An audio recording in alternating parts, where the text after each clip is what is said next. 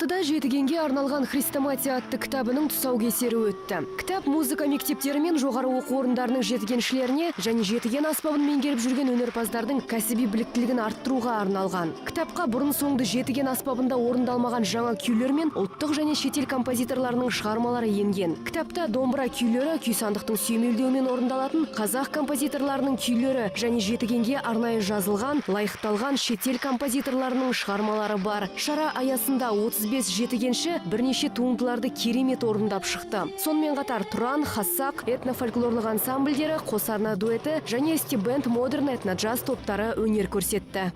Маған ең ұнайтын оның дыбысы ұнайды.